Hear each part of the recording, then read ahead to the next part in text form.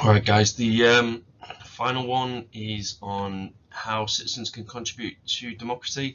Now, this combines a lot of what we can do in active citizenship. So, again, please use the booklets you were given. Please use the resources on Student Pod alongside this, but this shouldn't be too long.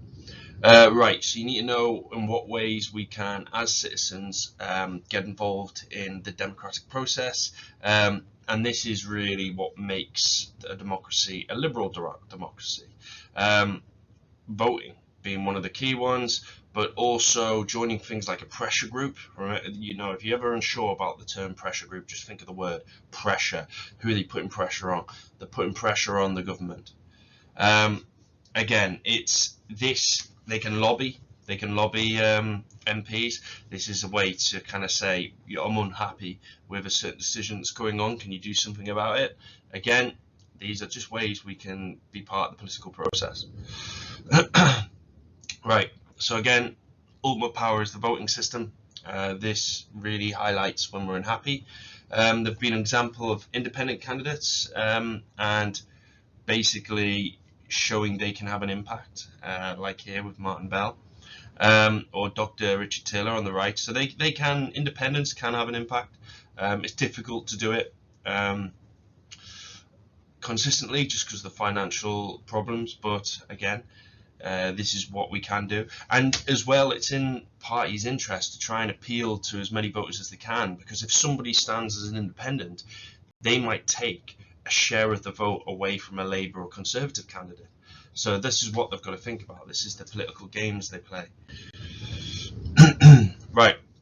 So what happens? Well, traditionally letter writing was the method used to contact political figures. Today, you know, we've got technology. Think petitions, get 100,000. That issue is going to be debated in Parliament. Again, a little bit on how petitions work. British citizen, you know, you get the ball rolling, check the petition, the petition committee reviews it, 10,000 signatures to get a response from government, 100,000, and it will be considered for debate. Okay?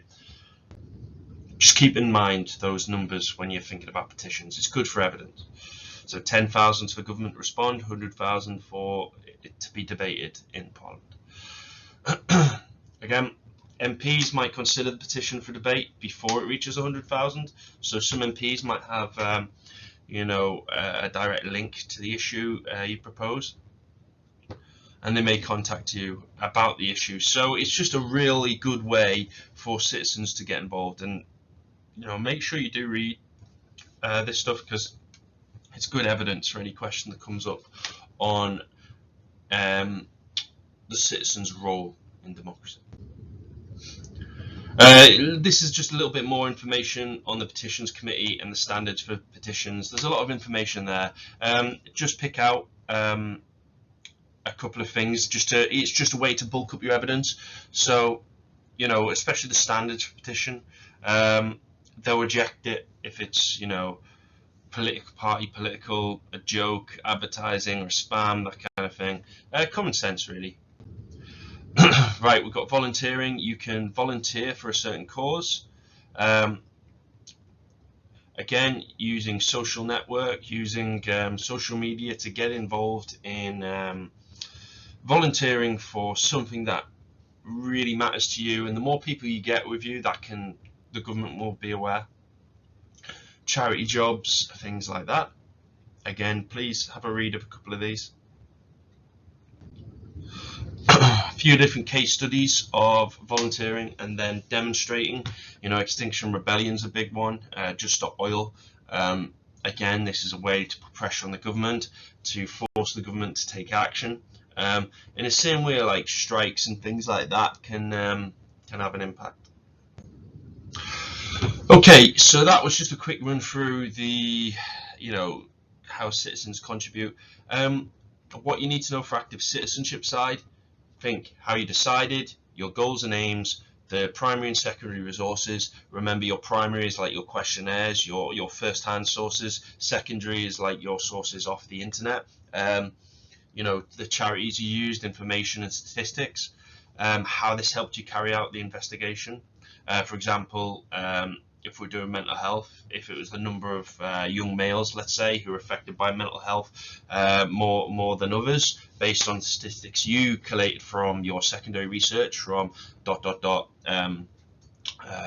website, then you targeted your questionnaire at those specific kind of that demographic. Okay, that's what the market will be looking for. How your group helped. I mean, just the biggest problem with this kind of stuff is students don't realize that you just got to put down everything that happened. So one of our partners went off to plan the questionnaire. One of our partners went to get more research to bulk up the strength of questions. Another partner actually went and talked to teachers. Things like that, how you delegated, how you worked as a team, because remember, this is all about project management. You need to analyze and say every step of the way. How you communicate your findings to the audience. So this is what we did in the hall. You know, if you weren't there, just think about, talk to your rest of your group, make sure you're aware of what happened in the hall. Okay, if you delivered a PowerPoint to another class, then use that, how they responded. It's not all going to be positive, but don't just hammer it. Just be like, you know, there were people who are quite interested in asking interesting questions. Discuss which part of your investigation process was the most difficult. That could be anything. That could be from coming up with the issue. That could be with certain members not being able to be in the hall to deliver, so a lot of the workload fell on others. That could be, you know, choosing the right charity. That could be getting the right information. Okay, anything, right? Your findings, what did you come up with? You need to know that, right? Statistics. You should have had them down from the active citizenship investigation, but kind of, if you've lost them or whatever, just make sure you've got some statistics available. Did you achieve those outcomes? How successful was it? I mean, yeah, a lot of people say, you know, they want to save the world and all that. Just even if there's a limited success, 1 or 2 people quite interested, put it down as that was quite successful, but balance it. Okay, it was a failure because a lot of students just wanted to get out of class to go to this thing. Okay. Strengths and weaknesses, you know, teamwork as opposed to, let's say, the time allotment that you had for it, and the ways you could improve your investigation. Okay, so just really, when you're revising for this, tick off those things. Make sure you have the questions for active citizenship as well, and practice them. Use them to practice.